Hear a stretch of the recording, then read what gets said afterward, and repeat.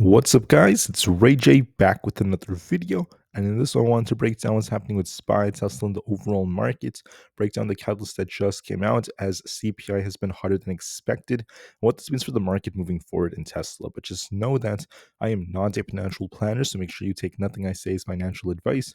And also, if you guys can, please check out my Moo link. If you deposit $100, you'll get 5 free stocks. If you deposit $2,000, you're guaranteed 30, and the offer ends at the end of March. Anyways, for Tesla, it's been on this downtrend. We dumped really, really hard all the way down to about 320. We mentioned that 322 is where we had the gap, and we had to see if Tesla would hold support or not. I also mentioned to you all that we should be expecting Tesla to rebound a little bit in the morning before it may continue to dip even more. So it's rebounded a little bit. It's up. It was up almost like 2% at one point, hitting the low 330s. So we have to see if we can sustain this level or not. And if we don't, it will continue to dump. There are some catalysts that are coming out that could cause more volatility for Tesla. Don't forget, we have CPI that just came out, and then we have two more things I'll talk about. So, looking at CPI, the numbers are hot for the most part. Looking at core CPI month over month, it's at 0.4%. That's above what it was like last month and also above the consensus in the forecast. Core CPI year over year is at 3.3%. That's above the previous reports and the consensus and forecast. That's hot. Inflation month over month for all items is at 0.5% above all expectations, above last time. And then the same thing could be said about year over year, 3%, which is above what we saw previously, above all expectations to some extent. So it's a hot CPI. This is what the chart looks like. This is not a good sign for the Fed. As you guys can see, CPI is increasing for all items, even for the month of January. We're seeing the same thing perpetuating. For core started to decrease in December, and then it's going back up. So not the best of signs. Not the best for Jerome Powell, not the best for the markets. We'll see what this leads to. But this makes things complicated for the Fed. If this keeps uptrending, it's not going to be good. And you also have to consider that Donald Trump wants to impose more tariffs on different countries. Okay, if he makes that announcement, this could also influence CPI to go up, right? It's the uncomfortable truth, at least for the short term, causing some disruptions. Like I said before, the Fed is in a more complicated place. They may have to keep rates higher for longer, and they have to be very, very mindful of all of this. And that's why the market saw a bit of a dip. Even Tesla, just it's trying to rebound just a little bit after it dumped so hard yesterday, but there's still that risk of it dipping more if the whole market dips. SPY is currently at 599. So if you look at the 4-hour time frame, I think we could easily start dipping to the mid 590s.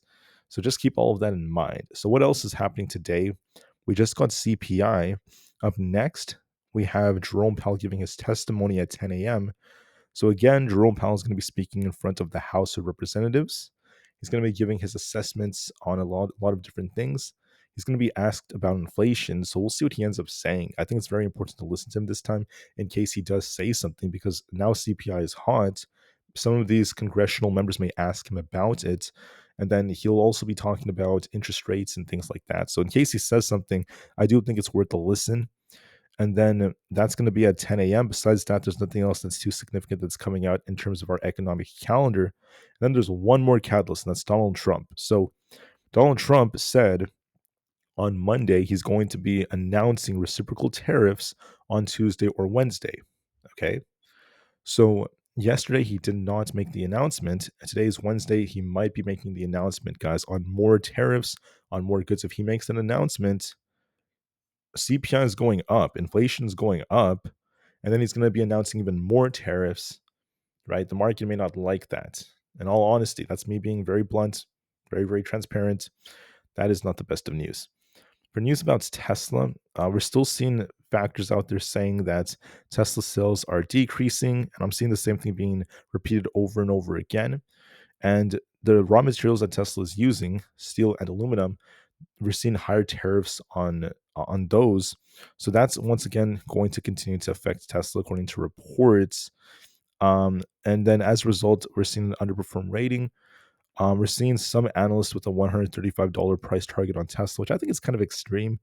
But even if that's the case, I would buy it. I'd be buying shares like crazy. But that is a little bit extreme. I don't know if Tesla's going to dip that hard.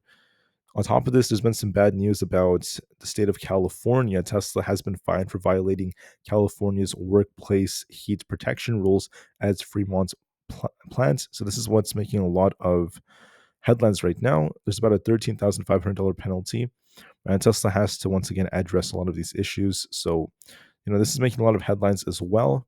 Hopefully, Tesla helps to mitigate these issues and they help their employees as much as possible. With that being said, what do I see for the markets? We're going to start off with Tesla, then I'll talk about SPY and the others. So, Tesla, it already dumped super hard, super hard. It was trying to rebound a little bit. We need to see if we could hold 330. If it does, we could attempt to get back up to 340.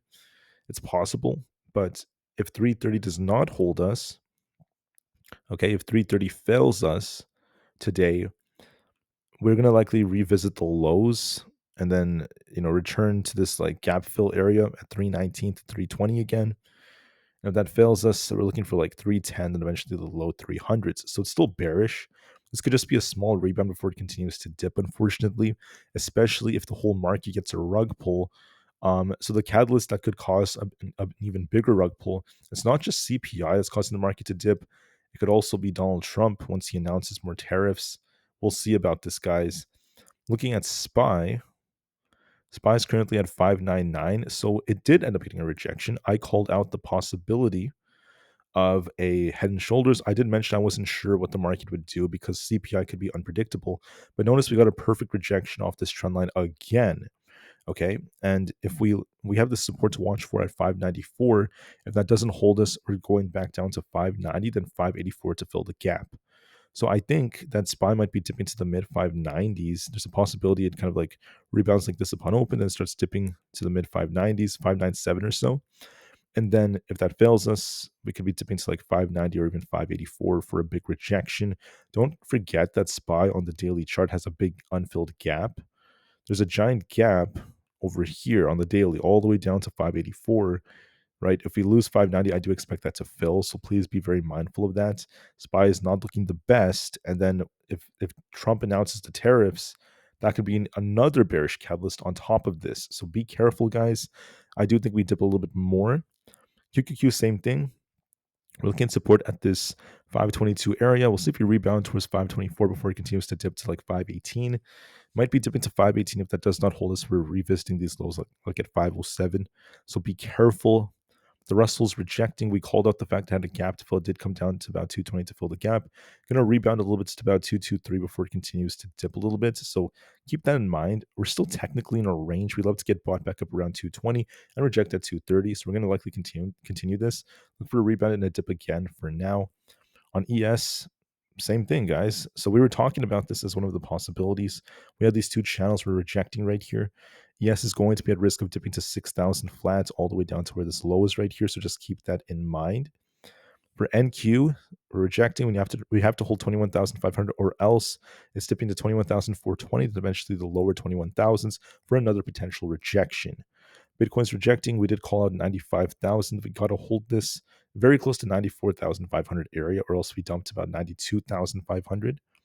For Nvda, we're dipping, right? So far, we're dipping. We'll see if Trump announces tariffs on Taiwan or some other countries, and if that affects Nvidia. We're going to be visiting maybe 130 and 128 soon. It's just a small dip right now. Then we'll see if we bounce off that. If 128 fails us, we dip even harder. So watch that as support. For Aapl, we're rejecting a little bit here. We're watching to see if we could hold 231. If not, we could be looking for this imbalance to fill around 226. So it's range bound between 226 and 236 for now. We'll see if it breaks or not. For a few more, we have Coinbase. It's on a downtrend, making lower highs right now. Looking to see if we could hold 262.5. If not, I could be looking for 260 then 256 as our targets. For Amazon, we kind of have like a head and shoulders. I was watching to see if we'd break resistance or not. We rejected so far, so it's going to be at risk of revisiting 227, then eventually back down to 224.9. For Meta, we have support at 712.8. If that fails us, we're going to be dipping to 700. For Microsoft, we could be dipping to about 405 or below. Looking a little bit weaker here, losing this support, not the best of signs. And Google could be dipping to about 183 because now the bearish scenario looks a bit more probable. We have previous resistance becoming support 183, got to hold this, or else this is going to dump to about 180 flat. So it's still looking a bit more bearish. Unfortunately, guys, CPI is going up again. Tesla is, it tried to push a bit in the morning. It might reject, especially if 330 does not hold us. I do expect us to revisit the lows again, and it's going to continue to dip.